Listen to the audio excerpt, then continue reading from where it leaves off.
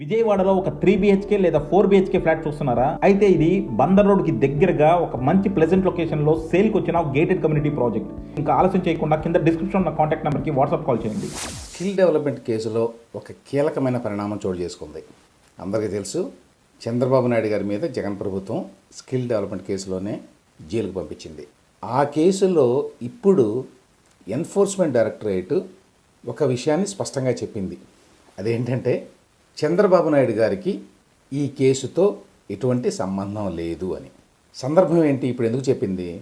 తాజాగా enforcement directorate వాళ్ళు 23,54,00,000 రూపాయలని జప్తు చేశారు ఈ కేసులో. ఎవరి దగ్గర నుంచి చేశారు? డిజైన్ టెక్ సిస్టమ్స్ అనే కంపెనీ ప్రధానంగా, దాంతోపాటు ఇంకా ఇతరులు ఉన్నారు. సీమన్స్కి అప్పట్లో ఎండీగా పనిచేసినటువంటి సుమన్ బోసు, ఇతరులు. వీళ్ళ ఆస్తులను అటాచ్ చేశారు. 23,54,00,000 విలువైనటువంటి ఆస్తులు ఇవి. గతంలో కూడా ఒకసారి వీళ్ళకి సంబంధించిన ఆస్తులనే దాదాపు 31 కోట్ల రూపాయలని అటాచ్ చేశారు. తాజాగా ఈడీ వాళ్ళు ఇచ్చిన ప్రెస్ నోట్ ఏమిటంటే, ఇదిగో ఇట్లా 23.54 కోట్ల విలువైన స్థిర చరాస్తుల్ని ఎన్ఫోర్స్మెంట్ డైరెక్టరేట్ జప్తు చేసింది స్కిల్ డెవలప్మెంట్ కేసులో అని ఇచ్చారు. సో ఈ వార్త పత్రికల్లో వచ్చే ముందు చాలామంది ఇందులో చంద్రబాబు నాయుడికి సంబంధం ఉన్న కేసు అని సహజంగా రాస్తారు. దాని మీద ఈడీ వాళ్ళు స్పష్టంగా ఒక మాట చెప్పారు ఈ సందర్భంలో. స్కిల్ డెవలప్మెంట్ కేసులో మేము తీసుకుంటున్న ఈ చర్యలకి టీడీపీ అధినేత చంద్రబాబు నాయుడికి ఏ రకమైన సంబంధము లేదు అని స్పష్టంగా చెప్పారు. సో ఈ ప్రకారం కొన్ని పత్రికల్లో సుస్పష్టంగా స్కిల్ డెవలప్మెంట్ కేసులో చంద్రబాబు నాయుడికి ఎటువంటి సంబంధం లేదని ఈడీ తేల్చి చెప్పింది అని రాశారు. ఉదాహరణకి ఈనాడు వార్త చూద్దాం. ఈడీ విడుదల చేసిన పత్రికా ప్రకటన వక్రీకరిస్తూ ఈ కేసులో ముఖ్యమంత్రి చంద్రబాబుకు సంబంధం ఉందంటూ కొన్ని టీవీ ఛానళ్లు, సామాజిక మాధ్యమాల్లో ప్రచారం జరిగింది. దీనిపై ఈడీ అధికారులను సంప్రదించగా ఈ కేసు ఆస్తుల జప్తు వ్యవహారంలో చంద్రబాబుకు ఎలాంటి సంబంధం లేదని, జోక్యం లేదని స్పష్టం చేశారు. తాము విడుదల చేసిన పత్రికా ప్రకటనపై తప్పుడు ప్రచారం తగదని పేర్కొన్నారు. గతంలో కూడా డిజైన్ టెక్ సంస్థకు చెందిన 31.20 కోట్ల ఫిక్స్డ్ డిపాజిట్లు జప్తు చేసినట్లు తెలిపారు అన్నారు. ఇదే టైమ్స్ ఆఫ్ ఇండియాలో కూడా వచ్చింది. వాళ్ళు క్లియర్గా హెడ్లైన్లోనే ఏం పెట్టారంటే, EC clears Chandrababu Naidu in skill development scam contradicts AP police 2023 claims. విస్పష్టంగా ఉంది. ఇదైతే ఏమంటారు, ఈడీ వారు చంద్రబాబు నాయుడు పేరుని ఈ స్కిల్ డెవలప్మెంట్ కేసులో క్లియర్ చేశారు అంటే ఆయనకి ఎటువంటి సంబంధం లేదని తేల్చి చెప్పారు. సో వీళ్ళు లోపల స్టోరీలో కూడా Enforcement Directorate has given a clean chit to former AP chief minister and Telugu Desam party president N Chandrababu Naidu in the multi crore AP state skill development corporation scam అని స్పష్టంగా రాశారు. ఇక్కడ ఒక కీలకమైన అంశం గురించి మాట్లాడుకోవాలి. ఈ కేసు గురించి గతంలో కూడా చాలాసార్లు నేను మాట్లాడినప్పుడు ఈ విషయాన్ని స్పష్టం చేశాను.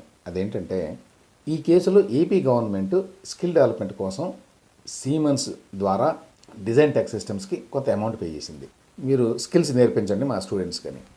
ఈ డబ్బుని పే చేసినప్పుడు దీనిని అప్పటి సీమన్స్ కంపెనీలో ఉన్న కొంతమంది, అంటే సుమన్ బోస్ లాంటి వాళ్ళు, అలాగే డిజైన్ టెక్ సిస్టమ్స్ ఏదైతే ఉందో వీళ్ళు కలిసి ఈ డబ్బు తీసుకొని దీనిని రకరకాల మెటీరియల్స్, సర్వీసెస్ ప్రొక్యూర్ చేసుకున్నారు. వాళ్ళు చేసినట్టుగా చూపించారు ఇన్వాయిసెస్.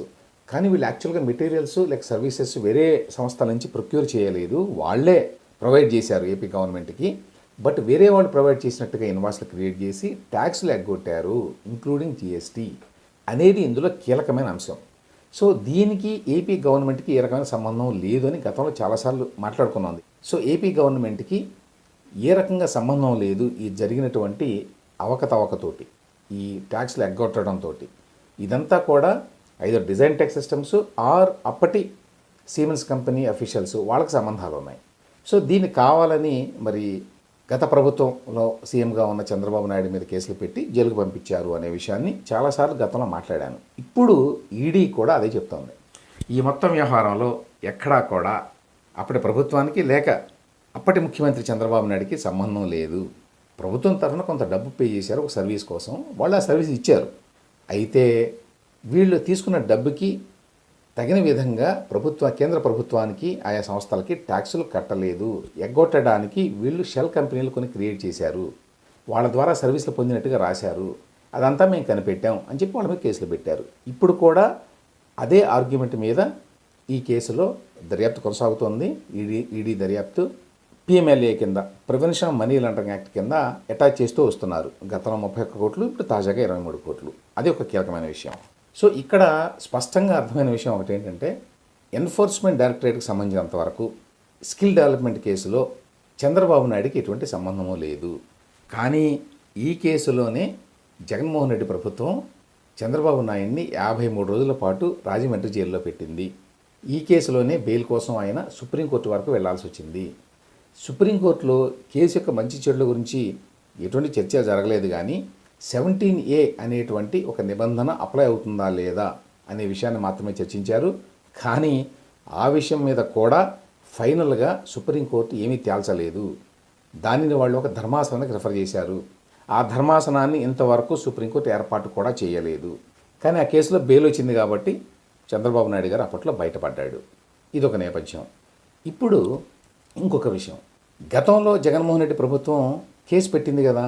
ఇప్పుడు ఈడీ కేసు గురించి మాట్లాడాం మనం. ఈడీ కేసుకు సంబంధించినంత వరకు స్కిల్ డెవలప్మెంట్ వ్యవహారంలో చంద్రబాబు నాయుడు గారికి ఎటువంటి సంబంధము లేదు అని ఇప్పుడు ఈడీ చెప్పింది. అది లేటెస్ట్ డెవలప్మెంట్.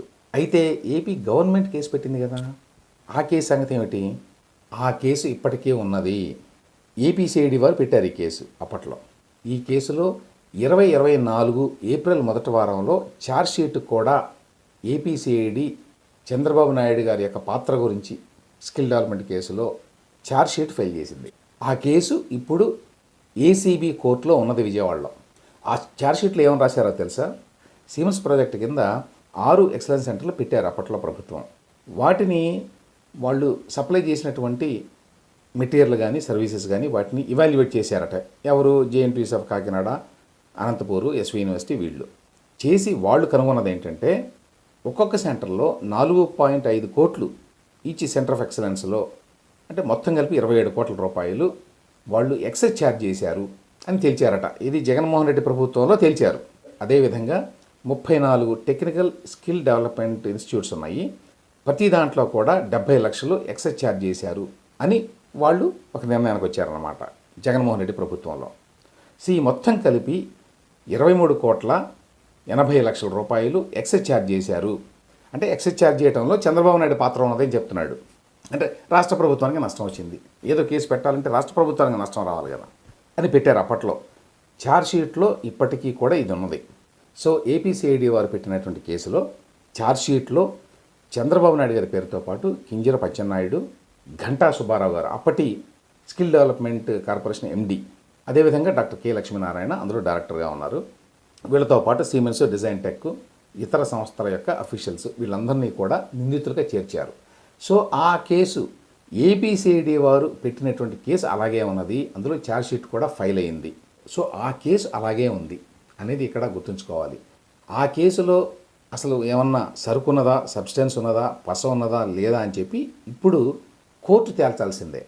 ఎందుకంటే ఛార్జ్షీట్ కూడా ఫైల్ అయింది కాబట్టి ఇక రాష్ట్ర ప్రభుత్వం చేయడానికి ఏమీ లేదు. ఏసీబీ కేసుల కోర్టు ఏదైతే ఉందో విజయవాడలో, వారు ఇప్పుడు స్కిల్ డెవలప్మెంట్ కేసులో అవినీతి జరిగిందా, జరిగిన అవినీతితో చంద్రబాబు నాయుడు గారికి సంబంధం ఉన్నదా యాజ్ చీఫ్ మినిస్టర్ గతంలో అని తెలిసాలి. So as far as enforcement directorate is concern, వాళ్ళు క్లియర్గా చంద్రబాబు నాయుడు గారికి ఈ కేసుకి సంబంధం లేదు. ఇందులో ఇన్వాయిస్లు, ఇతరత్ర వ్యవహారాలన్నీ కూడా డిజైన్ టెక్, సిమెన్స్ వాళ్ళ అఫీషియల్స్ వాళ్ళతో సంబంధం ఉన్నది కాబట్టి వాళ్ళ యొక్క అసెట్స్ని మేము ఫ్రీజ్ చేశాము అని చెప్పారు. ఇది ఈ కేసులో డెవలప్మెంట్. అయితే న్యాచురల్గా ఈ వార్త వచ్చి రాగానే దీని మీద ఒక పొలిటికల్ కామెంటరీ వస్తుంది. అదేంటి, ఇప్పుడు చంద్రబాబు నాయుడు ఆయన పార్టీ తెలుగుదేశం ఎన్డీఏలో భాగస్వాములు కాబట్టి ఈడీ వాళ్ళు క్లీన్ చిట్ ఇస్తున్నారు చంద్రబాబు నాయుడికి అని సహజంగా చాలామంది మాట్లాడతారు. అది ఇక్కడ పాయింట్ ఏమిటంటే, ఎప్పుడూ కూడా ఎన్ఫోర్స్మెంట్ డైరెక్టరేటు ఈ కేసులో చంద్రబాబు నాయుడుకి కానీ ఆయన పార్టీకి కానీ సంబంధం ఉన్నది అని చెప్పలేదు, ఆరోపించలేదు అనే విషయాన్ని గుర్తుంచుకోవాలి. ఈ రకరకాల వార్తలు చూసి చాలామంది కన్ఫ్యూజ్ అవుతారు. ఎన్ఫోర్స్మెంట్ డైరెక్టరేట్ గతంలో ఎన్నడూ కూడా చంద్రబాబు నాయుడుకి ఈ కేసుతో సంబంధం ఉన్నదని చెప్పాల. వాళ్ళు ఎప్పుడూ డిజైన్ టెక్ సిస్టమ్స్ లేక సిమెన్స్ అఫీషియల్స్ మీదనే ఉన్నారు. ఇంకా ఇతరత్ర షెల్ కంపెనీస్ ఏవో చాలా ఉన్నాయి పూణేలో, అక్కడ వాటి మీద మాత్రమే వాళ్ళు పడ్డారు. కానీ ఎప్పుడూ కూడా వాళ్ళు గత ప్రభుత్వంలో ఉన్నటువంటి వారు ఎవరైనా చంద్రబాబు నాయుడు కావచ్చు, లేక మంత్రులు కావచ్చు, లేక అఫీషియల్స్ కావచ్చు, వాళ్ళకి సంబంధం ఉన్నది అని చెప్పాల. వాళ్ళకి సంబంధం ఉన్నదని చెప్పింది ఓన్లీ ఏపీసీఐడి మాత్రమే. సో వీళ్ళ మీద పెట్టిన కేసు ఏపీసీఐడికి సంబంధించిందే కానీ ఈడీకి సంబంధించింది కాదు. కాబట్టి ఇప్పుడు ఈడీ ఇదిగో చంద్రబాబు నాయుడు గారికి సంబంధం లేదు అని సుస్పష్టంగా చెప్పింది. కాబట్టి ఇదేదో కొత్త డెవలప్మెంటు, ఎన్డీఏలో భాగస్వామి అయిన తర్వాత వాషింగ్ మిషన్లో వేసి క్లీన్ చేశారు చంద్రబాబు నాయుడిని అని చెప్పి సహజంగానే కొంతమంది కామెంట్ చేస్తారు. బట్ ఇందులో ఉన్న వాస్తవం ఇది. అదేంటంటే గతంలో కూడా ఎప్పుడు ఈడీ చంద్రబాబు నాయుడికి స్కిల్ డెవలప్మెంట్ కేసుకి సంబంధం ఉన్నదని వాళ్ళు చెప్పలేదు. It was an allegation made by the then AP government under Jaganmohan Reddy. ఆ కేసు ఇప్పటికే ఉన్నది. ఆ విషయాన్ని గ్రహించాలి మనం.